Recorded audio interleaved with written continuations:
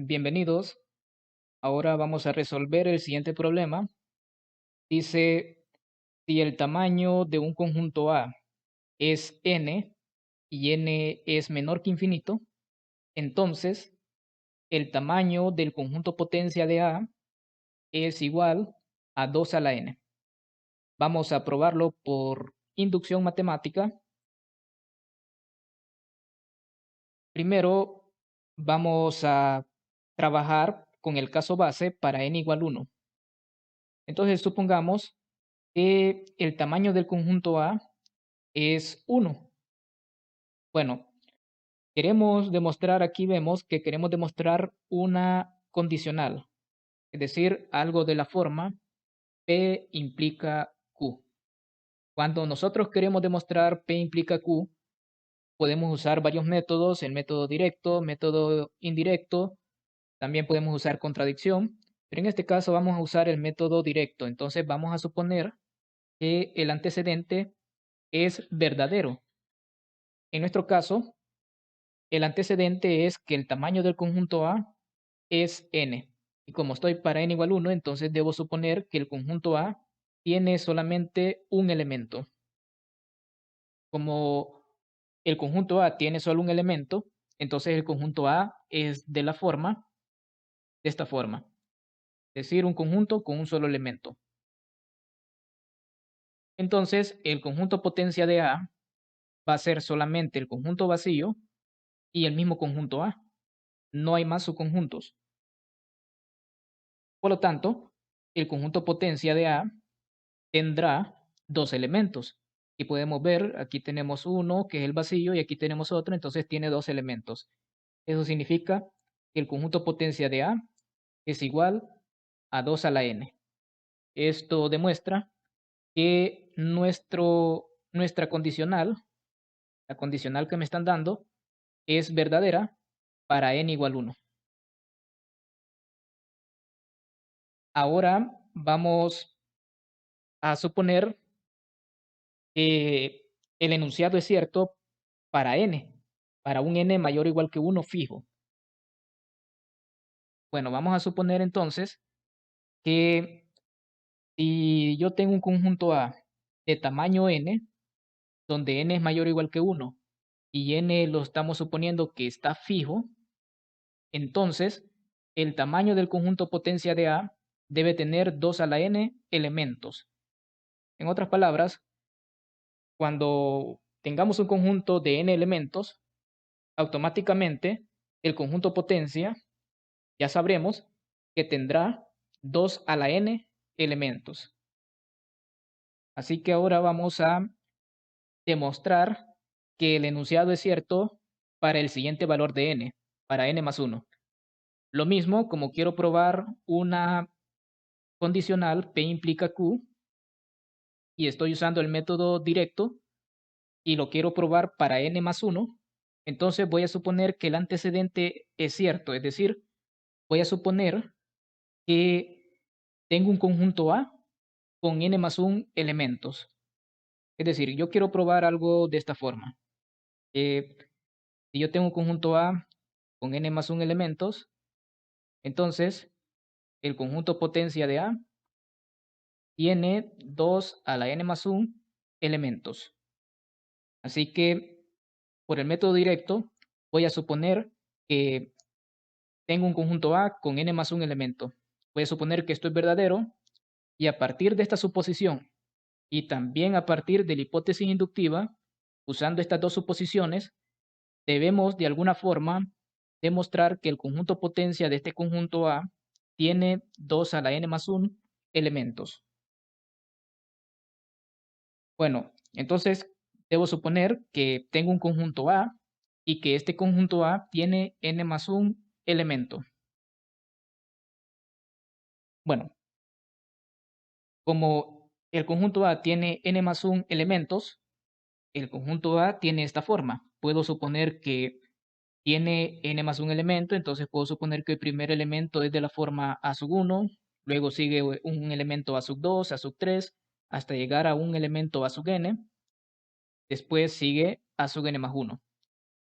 como voy a suponer que este conjunto A tiene n más un elemento, entonces acá nosotros debemos entender que A sub i es diferente de A sub j para todo i diferente de j. Todos estos elementos son diferentes entre sí. Por pares son diferentes.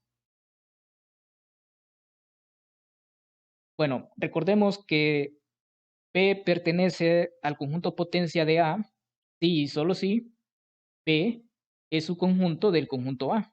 Pero en este caso, nuestro conjunto A le hemos dado forma y hemos dicho que es de esta forma.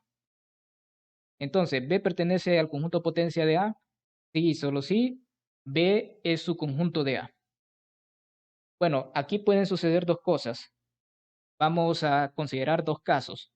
Como B está contenido en A sub n más 1, entonces yo puedo tener que el último elemento puede pertenecer al conjunto B o puede que no esté en B. Entonces tengo dos casos. Que el último elemento pertenezca a B o que no pertenezca al conjunto B. Así que para el caso 1, donde el último elemento pertenece al conjunto B, podemos hacer lo siguiente.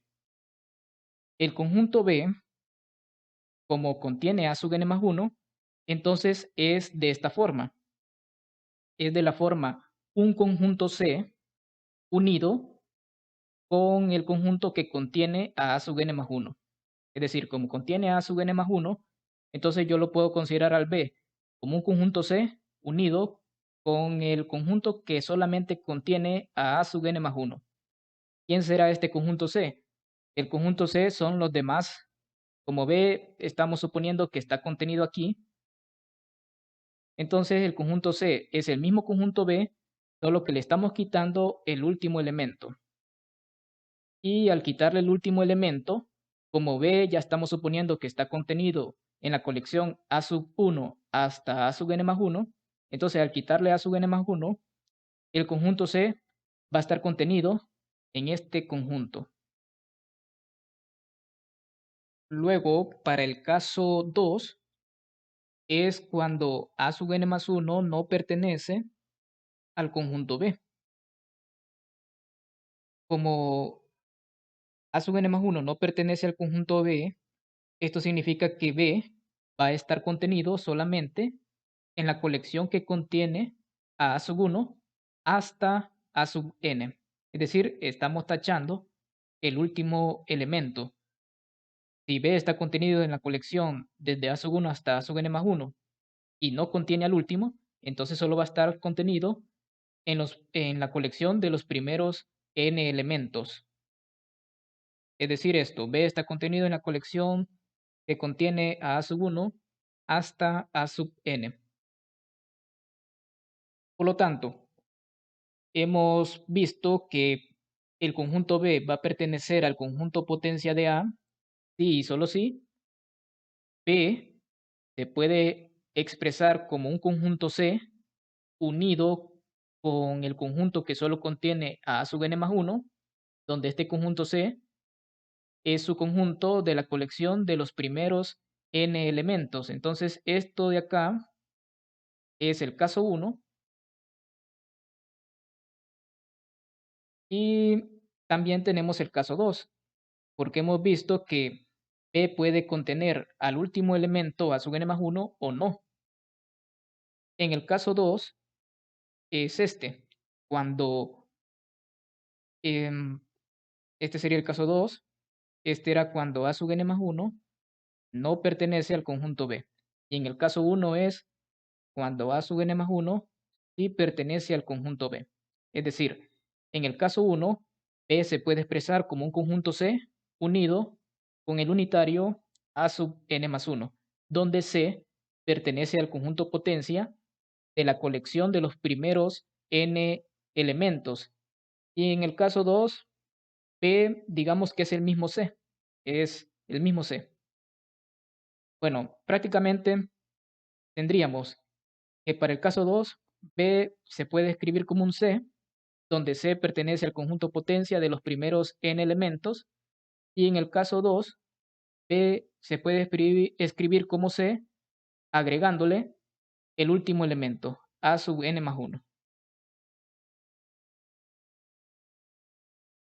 Por lo tanto, gracias a lo que tenemos aquí arriba, podemos concluir que el conjunto potencia de A es igual al conjunto potencia de la colección que contiene a sub 1 hasta A sub n, es decir, unido con la colección de todos aquellos conjuntos que se pueden expresar de esta forma, como la unión entre un conjunto C y el conjunto que contiene al último elemento, donde este conjunto C pertenece al conjunto potencia de los primeros n elementos.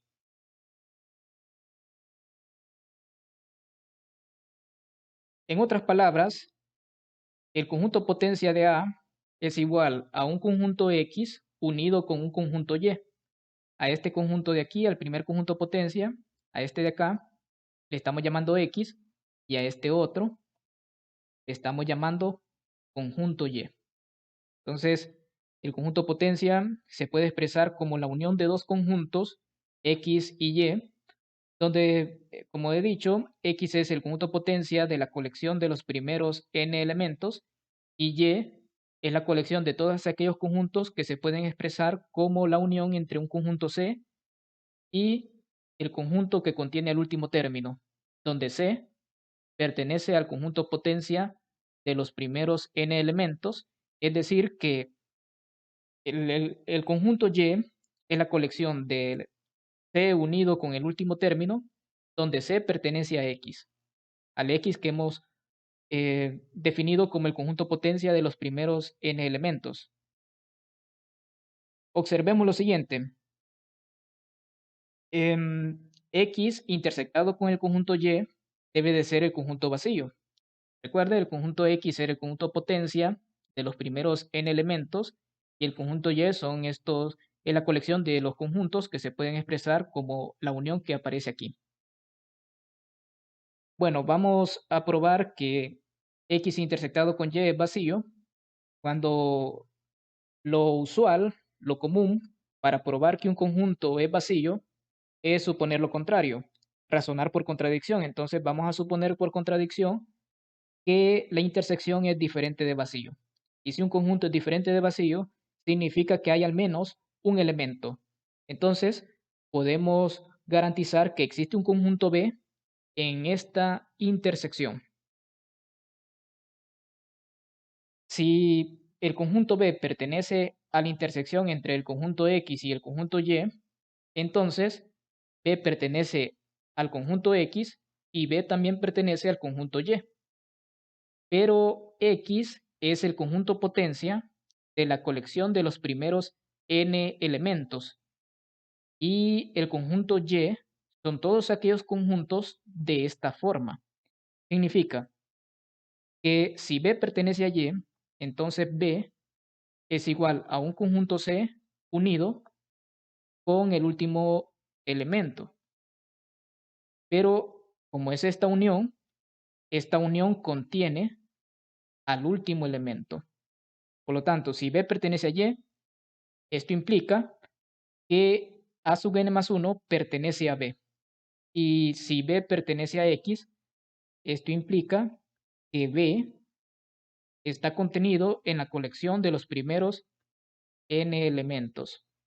Es lo que pongo a continuación.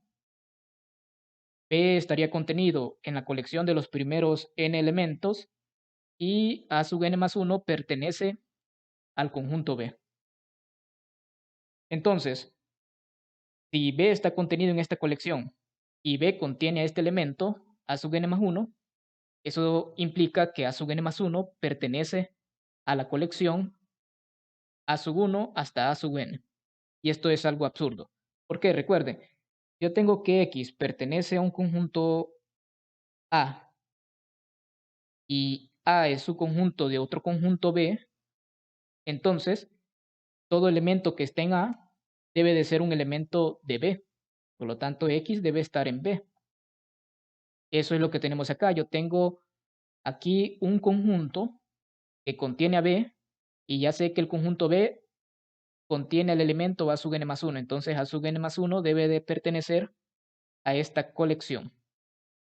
Pero que A sub n más 1 pertenezca a esta colección, esto es una contradicción, porque hemos supuesto que A sub i es diferente de A sub j para todo i diferente de j. Entonces hemos llegado a algo que es absurdo. Por lo tanto, lo supuesto, suponer que esta intersección es diferente de vacío, me lleva a una contradicción. Eso significa que la negación debe de ser verdadera. Entonces, la intersección entre X y Y es el conjunto vacío. Bueno, es decir esto, X intersección Y es vacío. Y ahora vamos a observar lo siguiente. El conjunto X y el conjunto Y, que está aquí a la derecha, lo hemos puesto, tienen la misma cardinalidad. Por ejemplo, el conjunto Y se define como aquellos conjuntos, como la colección de aquellos conjuntos C unido con el último término A sub n más 1, donde C pertenece al conjunto X. Entonces, el C es el único que está variando y está variando en el conjunto X. Por lo tanto, la cantidad de elementos que hay en Y es la misma cantidad de elementos que hay en X. Otra forma de verlo es que si yo considero la siguiente función o la siguiente correspondencia de X hacia Y, si yo agarro un elemento C en X, entonces al agregarle el último término, C uniéndole el último término de la colección que agarramos al principio, esto va a ser un elemento en Y. Y por cómo está definido Y, F es una biyección. Por lo tanto, al ser una biyección, el conjunto X y el conjunto Y tienen la misma cantidad de elementos. Eso significa que la cardinalidad de X es igual a la cardinalidad de Y. Luego, en resumen tenemos lo siguiente. El conjunto potencia de A, hemos expresado el conjunto potencia de A como la unión entre dos conjuntos, entre un conjunto X y un conjunto Y. Después, hemos visto que X intersección Y es el conjunto vacío. También vimos que el tamaño de X es igual al tamaño de Y. Además, el conjunto X era el conjunto potencia de la colección de los primeros n elementos. Así que digamos que ya tenemos todas las herramientas para poder demostrar nuestra proposición, para poder demostrar que la proposición es verdadera para n más 1. Bueno, como estamos suponiendo acá, o como ya vimos que el tamaño de X es igual al tamaño de Y, entonces, al tener la suma entre el tamaño de X y el tamaño de Y, eso es como tener dos veces el tamaño de X. Pero X es el conjunto potencia y un conjunto con n elementos. Por ejemplo, el tamaño de este conjunto A sub 1 hasta A sub n, el tamaño es n. Quiere decir que por hipótesis inductiva, la cardinalidad del conjunto potencia de este conjunto A sub 1 hasta A sub n debe de ser 2 a la n. Así que el tamaño de X, por hipótesis inductiva, es 2 a la n. Así que ahí sustituimos. El tamaño de X es 2 a la n y como está multiplicado por 2, entonces esto es como tener 2 elevado a la n más 1. Por lo tanto, hemos demostrado que nuestra proposición también es cierta para n más 1. Entonces, por el principio de inducción matemática, podemos concluir que para todo n en los naturales, si el conjunto A tiene n elementos, entonces su conjunto potencia tiene 2 a la n elementos.